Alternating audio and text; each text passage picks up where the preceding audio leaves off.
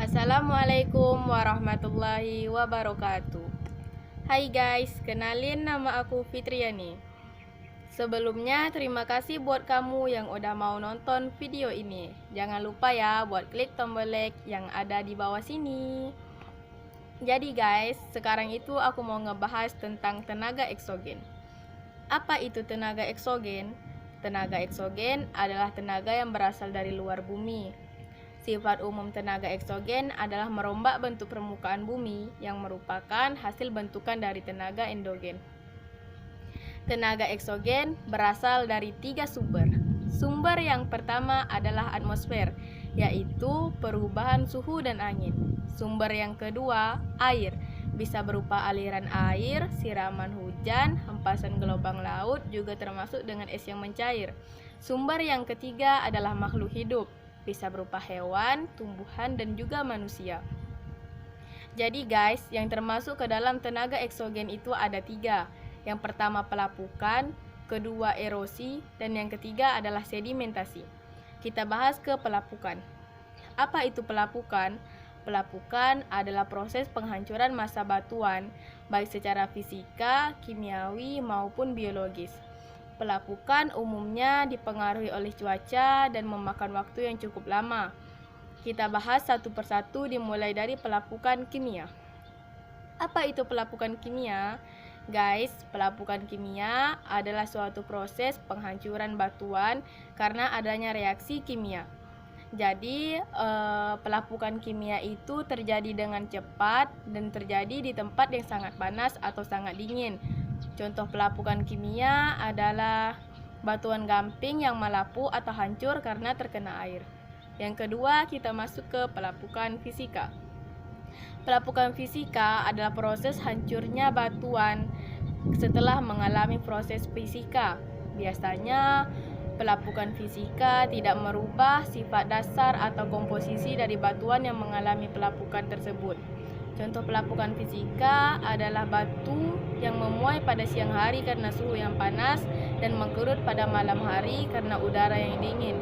Yang ketiga, kita masuk ke pelapukan biologis atau pelapukan organik. Pelapukan biologis terjadi karena kegiatan makhluk hidup dan biasanya disertai dengan pelapukan kimiawi. Contoh pelapukan biologis adalah batu yang hancur atau lapuk karena ditumbuhi oleh lumut dan tumbuhan lainnya. Oke guys, sekarang kita akan membahas tentang erosi. Guys, erosi adalah suatu peristiwa pengikisan di permukaan bumi. Erosi dikelompokkan menjadi 4 jenis. Yang pertama, erosi air. Erosi air adalah suatu pengikisan di permukaan bumi yang terjadi ketika air mengangkut batuan-batuan yang telah hancur. Yang kedua, erosi es. Erosi es terjadi di daerah pegunungan tinggi yang memiliki salju abadi. Yang ketiga, erosi angin. Erosi angin adalah suatu peristiwa pengikisan di permukaan bumi yang disebabkan oleh angin. Dampak dari erosi angin adalah adanya lubang-lubang kecil pada batuan. Yang keempat adalah erosi oleh air laut atau disebut dengan abrasi pantai. Abrasi pantai ini terjadi karena besarnya pergerakan gelombang laut dan bisa merubah bentuk pantai. Setelah membahas tentang pelapukan dan erosi, sekarang kita akan membahas tentang sedimentasi. Apa itu sedimentasi? Sedimentasi adalah suatu proses pengendapan material hasil dari erosi yang terjadi di tempat-tempat tertentu.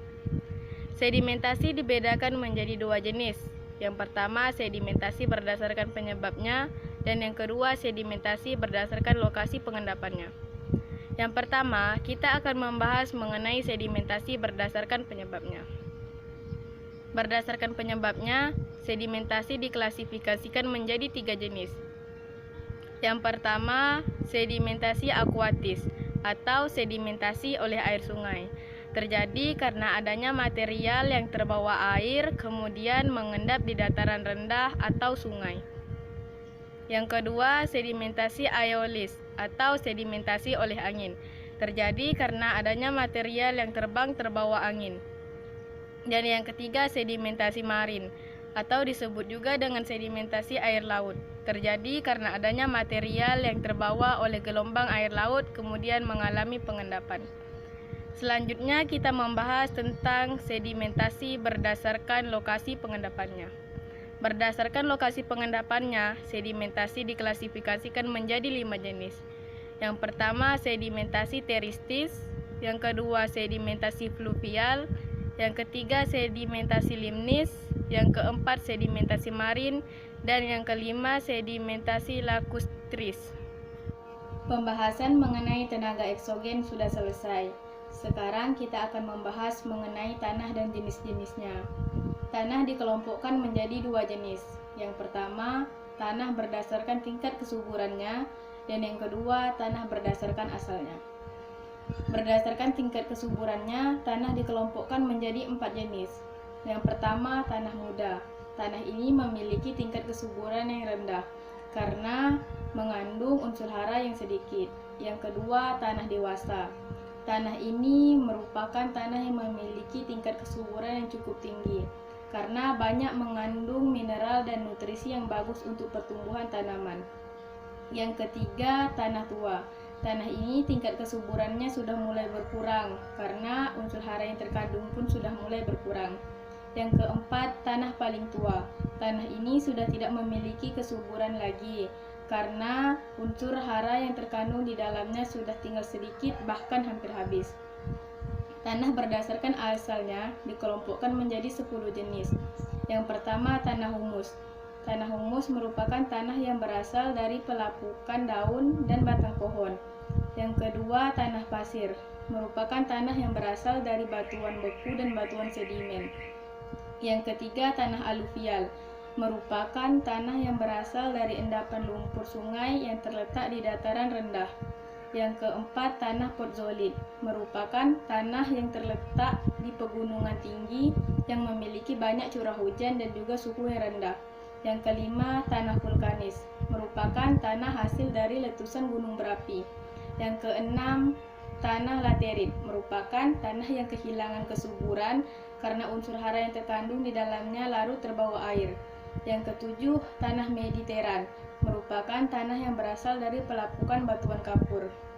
Yang kedelapan, tanah organosol, merupakan tanah yang berasal dari pelapukan tumbuhan rawa. Yang kesembilan, tanah andosol, merupakan tanah yang banyak mengandung mineral dan bahan organik. Yang kesepuluh, tanah entisol, merupakan tanah yang berasal dari pelapukan hasil dari letusan gunung berapi. Yang terakhir, kita akan membahas mengenai Lembaga Pengelola Data Geologi di Indonesia. Lembaga pengelola data geologi di Indonesia ada 5. Yang pertama, Lembaga Penerbangan dan Antariksa Nasional. Bertugas pemerintahan di bidang penelitian dan pengembangan kedirgantaraan. Yang kedua, Badan Informasi Geospasial, bertugas memberikan informasi mengenai geospasial dasar. Yang ketiga, Lembaga Perencanaan dan Pembangunan Nasional, memiliki tugas sebagai pengkaji, perumus, dan pengkoordinasian. Yang keempat, Badan Geologi, menjadi sumber informasi dan pusat penelitian di bidang geologi. Yang kelima, Lembaga Meteorologi, Klimatologi, dan Geofisika, bertugas untuk memberikan informasi mengenai kondisi cuaca, kejadian gempa bumi, termasuk juga dengan potensi terjadinya tsunami.